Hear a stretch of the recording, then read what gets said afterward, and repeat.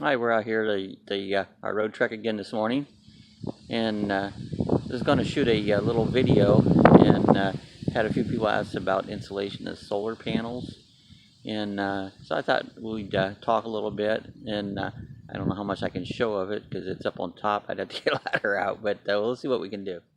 All right, one of the first things I wanted to show you here is I have hooked this little digital meter. It hooks right into the battery.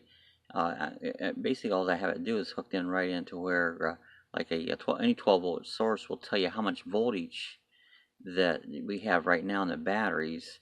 Right now, you can see we have 13.7, and that monitors our two batteries.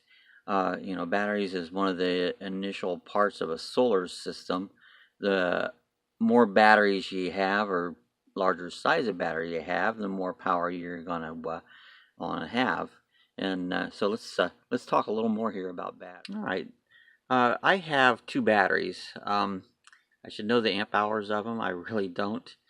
The two batteries I have are the Everready, the normal RV deep cycle batteries. I just got them at Walmart.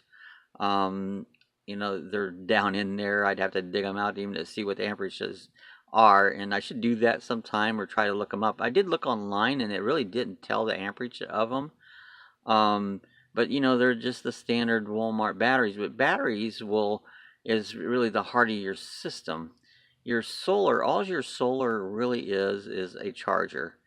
It charges your batteries up. Everything else still works off of the batteries. So depending on how much solar you have, how quickly and they'll charge batteries. Plus, you actually can use. I mean, I'm kind of backing up what I'm saying here.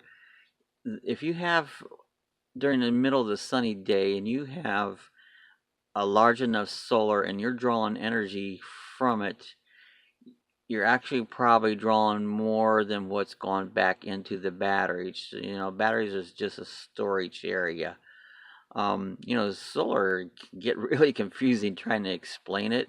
I just kind of understand what it is. I'm not no expert on it. And there's so many different things, amps and all that, how it figure things out. All in all, I feel that you shouldn't get so concerned. You got to kind of know your system and what you need and what you don't need. But if you hook something up and it's working, that is the number one thing that it does work. Here is my inverter. Now I have a 1500 watt inverter. It's a sine wave inverter. Sine wave, it makes cleaner energy than just a regular inverter. And so I kind of was gone after the sine wave. This also has a 3000 watt surge.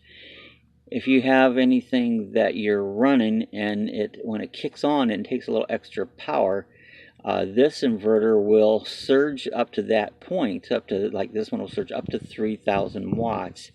So, because let's take, you probably won't ever be running an air conditioner on your solar or on your inverter. You could, but you probably won't. If your air conditioner compressor kicks on, you're going to get a surge, and so that it'll go up there for a second and back down, so it'll be able to handle that surge of it. And I mainly use this one to power my refrigerator, which is a compressor style. It's a dorm refrigerator that you see. They're inexpensive, and it works it fine. It takes 7.5 amps to run that refrigerator. I literally can run 24/7 using this inverter with my two storage batteries, and I have 200 watts of solar. All right, here's my solar panels. You see I have two of them. These are Renogy. This is the brand I happen to use. They are mounted, front to back. There's different ways you can mount them. The only reason I did them this way is because if you see the curvature of the Roadtrek, and if you mount across the other way, the centers are going to be pretty close to the bottom. And I just, the way they configured it worked out good for me. And over here is a little box that goes down in. I ran my wire from the top here, and it comes down and it goes through this little, area underneath here is kind of an empty space in there that the air conditioner, that's where the air conditioner unit is. I was able to pop out this grid in the back and be able to get to the wires and bring them down. And then I've sealed up this box there, and I haven't had no leaks, no problem at all. But I do want to show you the what I used to fasten them to the roof. All right, I don't know if you can see them here good, get it in the right lighting. These are the mollies that I used to fasten the panel down. Panels have like an L bracket on them, and then what you do is you drill a hole this size. I can't remember, I'd have to look it up, see what size of hole it is, but you drill a hole in that, and these screws go down through it, and they will squish up and get big, and they work really good. This was recommended to me by someone else, and I haven't had a bit of problem with them. And but this is what I use to mount the solar panels to the roof of our Roadtrek. So you can see the L bracket here that comes down, and I've got Dicor. This is what I use to seal it. I put Dicor on each one of those mollies when I put it down in.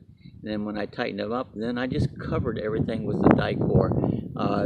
You find this at most camping places, and it works really good. It seals things up, and so like I said, so far I've had no problem with any leaks at all. All right, this is the solar controller, and what this does is takes the voltage coming out of the solar panels and converts it to 12 volts and basically charges your battery. Now you see it said that the batteries was charging right now. They're at 13.7 volts. Right now we're using 0.5 amps of power. Let's see if we can work through this. The batteries are 100% charged, and we got 19 volts coming down. It says 0.5 amps. Kilowatt usages. Some of these numbers I have to get the manual out and research them again. You know, so and this changes back. And be honest with you, I set this up, and very few times have even looked at it to see what's going on, because it just has worked flawless for me. You see, Renogy is the company I got my solar system from. There's a lot of different ones. I'm not recommending any brand over next, but I've had good luck with Renogy. And but anyways, this is the charge controller, and so this is what regulates the charging of the batteries. Now I wanted to show you these fuses here. I've got two fuses. One is the fuse, the line coming in off the solar panel into the controller. The other fuse is going into the battery. So if we'd have any problems either way, those fuses would cut out and keep from causing any issue with it. All right, this is where I ran my lines in. Sound like I'm probably in a cave here, but when I brought it down through behind, I'll show you here, the air conditioner is right here, and where that comes down to the top, there's an area behind there, and I've drilled a couple holes, and I've ran the wires in here, and they go down the wall, and from the wall here it goes down into this box. This used to be the TV, where the TV was. I don't use it there anymore. I have a swing out TV, and so into the charge controllers, and I've got some the wires running down here, which goes underneath the bed area, which is actually where the batteries is located. And of course, I've showed you this refrigerator in other videos if you watch some of my other refrigerator and solar videos, but this is the refrigerator that I use. This was the main reason that I've got the solar, is to run the refrigerator. I run it 100% on electricity, converted off the solar by the inverter, and many reasons I've liked it this way. It's been flawless. Haven't had no problem with it. I just don't even think about the refrigerator anymore. I let it run all the time. You know, we use our Roadtrek probably at least a couple times a week, and so we just always leave it. Always got sodas in there. Sometimes we got food in there on it, but I can literally go out, run this on the solar 24/7, and not an issue. It's been December will be a year that I've put this system in, and I haven't touched it since I put it in. Yeah, I'm sure I haven't answered all your questions in solar, and I know there's a lot of them out there. Um, when I put this in, I did some research in different things, um, and I did a lot of studying before I even bought a system. And like I said, again, I bought a complete system. This one here I got from Energy is made around campers. That's was the system that I bought. I don't remember the exact numbers, but with the inverter, I know I had just under $600 in an extra. I bought an extra battery. I bought a 1500-watt inverter. I bought two 100 watts of solar with all the wiring and the um, charge controller on it. So I had just under $600 in that whole setup. Um, and in fact, I think I bought the refrigerator out of that. It was like $99. So, I bought the whole system. 90% of the time, what I use it for is a refrigerator. I have used it for other things. I fly drones and RC helicopters and airplanes, and we use LiPo batteries. And I have a chargers. They work off of 110 volts, and they have to charge a battery. So I've plugged those into it. My drone has chargers on it. I've plugged it into it. Our television runs on 12 volts, but like I said again, that runs through the system. Um, I've watched so many different forums and so many different comments, and and I see so many getting hung up on this many amps, this how many, and yeah, you do need to do that. You need to kind of know a balance of what your system is in, but zero point 0.5 amps to whatever, it's not going to make that much difference. I was told by several people this system with this refrigerator would not work. Well, a year later, it's working perfectly. And so, when you set up a system, do your numbers and figure out things. You need enough battery there. You need enough to provide enough current to your inverter. But don't get so hung up that you're afraid to put the system in. It was pretty simple. Took me about 3/4 of a day to set it up till I was all done, had it up and running, and I highly recommend it. I mean, I'm so glad I did it in that.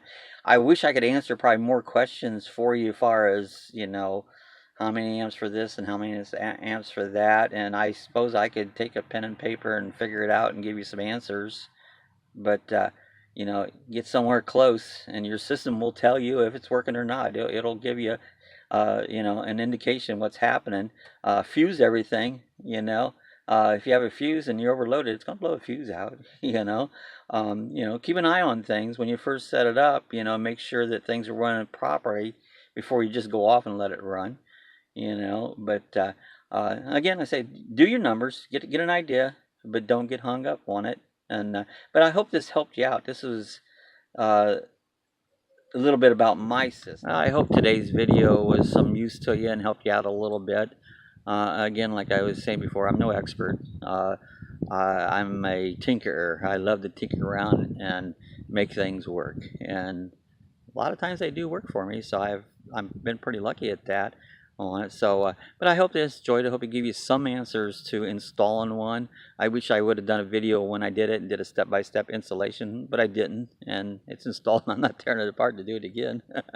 But anyways, if you enjoyed the video, if it was any help at all, give me the thumbs up. And if you have any comments, feel free to leave comments. If you have any questions, if I got the answer, I'll give it to you. Because like I said, I'm no expert, but I'll let you know what I know. Thank all my subscribers that watch these videos. I know I got quite a few people from the Roadtrek groups and the camper van groups that enjoy watching them. I'll be doing another live stream this coming Thursday night at 6 p.m. Eastern time. And join us, and we can have a chat and talk about some of this. I'm sure a lot of you out there know a lot more than I do about it. And the cool thing about these chat things, somebody may give us an answer to something we're looking for there. So yeah, join us Thursday night if you can, and join our chat section. Hit the subscribe button. That way you'll be notified of when I've got a live stream or even just a new video up. If you hit that little bell up on the top of it, and where it looks like it rings, you know, it'll notify you when I'm doing a live stream or having a new video up on it. So I appreciate everybody watching, and so until the next time.